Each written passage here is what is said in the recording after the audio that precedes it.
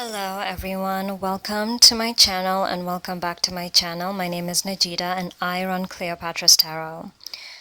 So before we get into the video, I just want to say you guys should definitely subscribe to my channel and hit the notification bell to know when my next video drops.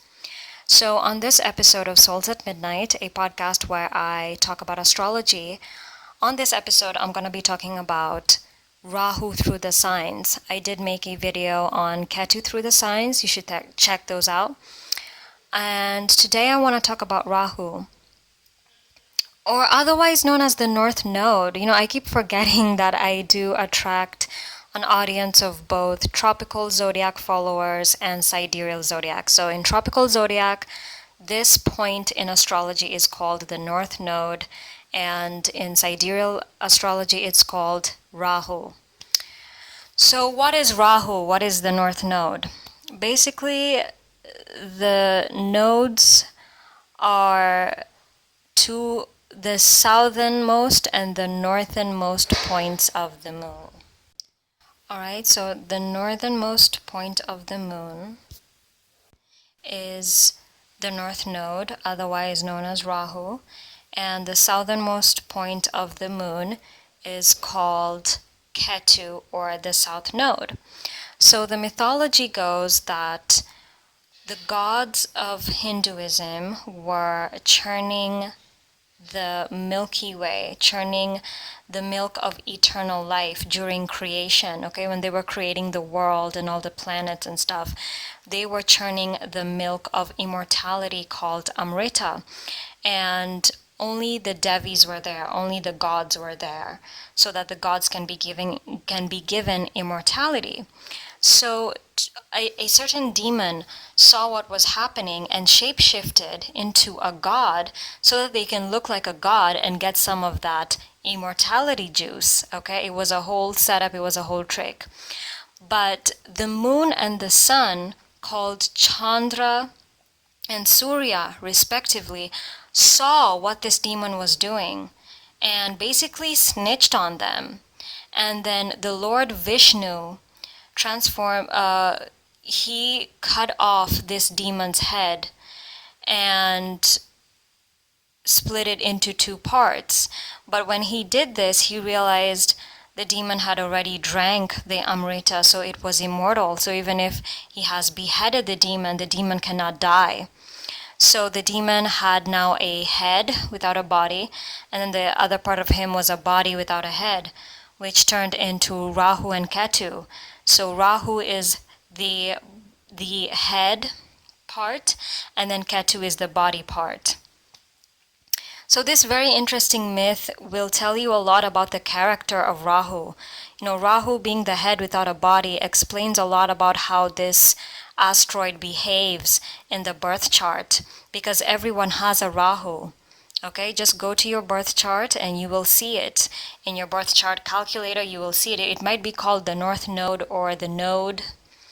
It will usually be Rahu.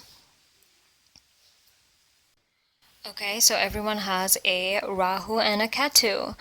So Rahu being the head without a body basically means a lot. It means that wherever the sign is, wherever Rahu is, it'll basically give a personality or a character trait where these people tend to have a lot of thoughts about something, like they can have a lot of insight, a lot of thought about something, but they will never act it out. Okay, and Rahu can make you very talkative. It can make you talk big shit, basically. It can make you a big talker, but you're not able to enact whatever the sign is placed in, whatever, because Rahu is the head without a body. So, a head has a mouth and it's able to talk. A head has a mind and it's able to think, but it can't actually do anything with these ideas and these concepts. It can't act it out. And that's the fundamental reason why the mortal enemy of Rahu is the sun, because the sun rules action. Okay, so you'll basically see, for example, if you let's say you have two people, okay, and then you have one of them has the sun in a particular sign. For the sake of example, let's say you have sun in Aries, and then the other person has Rahu in Aries. These two people will hate each other. They will not like each other because the sun is a planet of action. So, and Aries rules over ambition, courage, accomplishments. So the sun in Aries the sun in Aries person is able to enact their achievements. They're enabled to enact their ambition and to do what they really wanted to do. Whereas a Rahu in Aries person will think of certain concepts concerning what they want to do. They will talk like they're very courageous. They will talk like they're very accomplished, but you might find that there's nothing to them. So Rahu is basically a bark with no bite type of tea, okay? And then the sun person is, the sun does what it says it's going to do, okay? The sun walks it like they talk it. Does that make sense? So the sun person will look at the Rahu person like, you're all bark no bite. You talk like you're very accomplished. You walk around like you're big shit without actually doing anything that warrants that level of confidence or that level of arrogance. Whereas the Rahu person will also hate the sun because the sun is what you shine for. The sun is the king of the zodiac.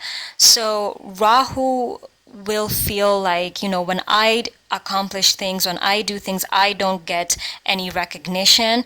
Whereas when the sun person does it, they get praised, they get worshipped. And the Rahu person will end up feeling like the sun doesn't deserve its kingship and doesn't deserve its status. And the sun person will feel like, I got my status and kingship because I do what I say I'm gonna do, whereas you don't. So, that is basically the war of the sun and Rahu.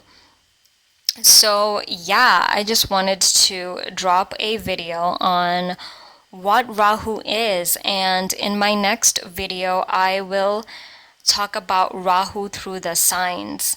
I will go through Rahu in Aries, Taurus, all the way down to Pisces. So thank you very much for watching this video.